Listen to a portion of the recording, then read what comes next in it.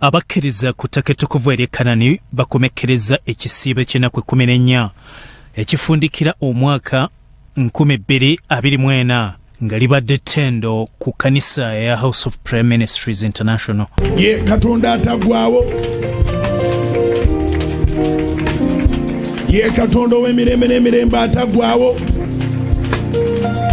yamanya amagenda gaffe n'amadda mukubira engalo, akukumye makubo g'otambuliramu ataakyakukuuma. Bajaguza n'okujjukira amazalibwa ga Yesu Kristo ng'essanyu libadde ly'amaanyi wadde olunaku lwennyini olwa 25 Desemba terunatuuka. Happy New Year! Ffe tukkiriza nti tumalako nga tulina Yesu.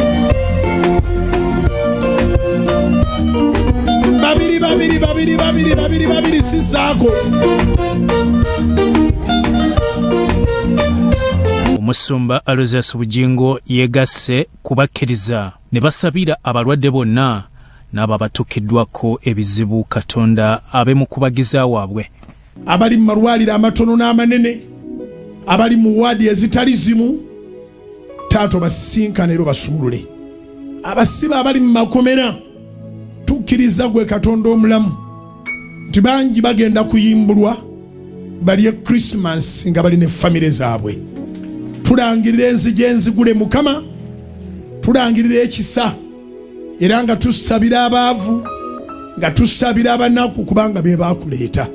Tusaba mu kaseera kano ak'ebirabo okuyitiŋŋana, abaavu bajjukirwe ennyo n'abanaku era ebirabo bibatuukeko, nabo balye banywe babe n'ebyokwambala basanyukire okuzaalibwako Mukama Yesu. Mu balwadde ekkanisa beesabidde mwe muli n'omuyimbi Joseph Mayanja amanyiddwa nga Jose Chameleon omukosefu mu kiseera kino. Twemussa abalwadde abali mu malwaliro ng'omwo mwe muli ne Dr. Jose Chameleon. Chameleon oyo tumuteeka maaso go Mukama obeere ng'omuwonya. N'abalwadde abalala be tutamanyi mannya gaabwe, abali mu malwaliro amatono n'amanene, abali mu waadi ezitali zimu, Taato basinkane era basumulule. Munnabuddu Bugingo agamba nti Yesu Kristo bwe yazaalibwa yajja kuleeta bulamu, ng'olwa 25 Desemba lulina okutuuka ng'obulamu obulina ate n'obukuuma. Abasibe abali mu makomera, tukkiriza gwe Katonda omulamu nti bangi bagenda kuyimbulwa balye Christmas nga bali ne famire zaabwe. Tulangirira enzige enzigule Mukama, tulangirira ekisa era nga tusabira abaavu, nga tusabira abanaku kubanga be baakuleeta.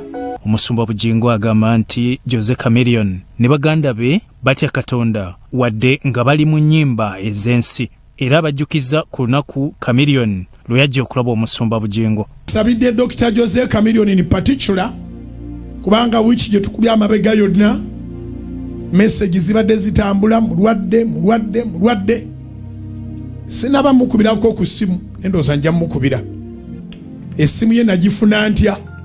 Nagifuna ngaze mu ofiisi yange bwe yali ategese konsati ye erugogo, enkuba n'ekibuyaga ne bigootanya buli kintu kyonna, olwokutaano olwo ne lufa. Tiyaganya lwakutaano luddako okutuuka nga taze ku Kimasaala. So nali ndi awo ne baŋŋamba ku reception nti Dr. Jose Chameleon ne ttiimu ye bazze, ne bajja mwabimanya era mwabiraba. Naye mu bitono bye twayogera naye, abaana abo lwakuba bali eyo mu biduula by'ensi naye tibeerabidde Katonda. Bibadde mu kusaba ku ttaka ettukuvu ery'e Kanani okwa buli Sande nga kwe kukomekkereza ekisiibo eky'ennaku 14 eky'omwezi ogwa Desemba. Byatumwebaze Godfrey akuyita mu kusaba okwa Vision Night nga 31 Desemba ku Canaan Land.